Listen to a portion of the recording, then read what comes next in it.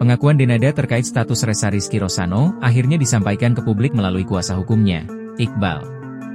Meski Denada belum berbicara langsung, pihaknya menegaskan bahwa penyanyi tersebut mengakui Ressa sebagai anak kandungnya. Diakui, Mbak Denada itu tidak pernah tidak mengakui Ressa sebagai anaknya, kata Iqbal dalam wawancara virtual, Kamis, 29 Januari 2026. Iqbal menjelaskan, sikap bungkam Denada belakangan ini bukan tanpa alasan. Menurutnya, Denada masih mengalami guncangan psikologis setelah menerima gugatan penelantaran anak yang diajukan Ressa di Pengadilan Negeri Banyuwangi. Ia kembali menegaskan bahwa sejak awal Denada tidak pernah berniat mengingkari keberadaan Ressa sebagai anaknya. Tak hanya sebatas pengakuan, Iqbal menyebut Denada selama ini juga menanggung biaya hidup hingga pendidikan Ressa di Banyuwangi.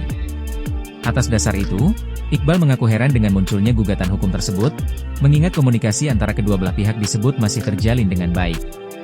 Menanggapi kabar yang menyebut Ressa harus bekerja sebagai sopir dengan gaji kecil, Iqbal pun angkat bicara. Ia menilai hal tersebut justru merupakan bagian dari pendidikan keluarga agar Ressa tumbuh mandiri dan tidak bergantung sepenuhnya pada orang tua.